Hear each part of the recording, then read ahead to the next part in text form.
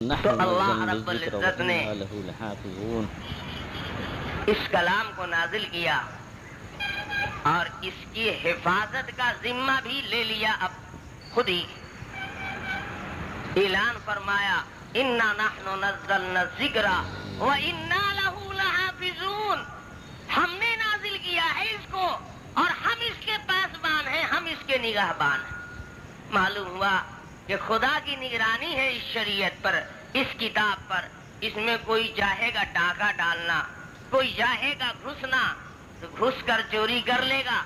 ارے اس کا پہرے دار انسان نہیں ہے کہ غفلت کی نیند سو رہا ہے، کمزور طبیعت کا ہے، کچھ لالچ دے کر گھس جاؤ گے اور اس میں ڈنڈی مار کر نکل جاؤ گے۔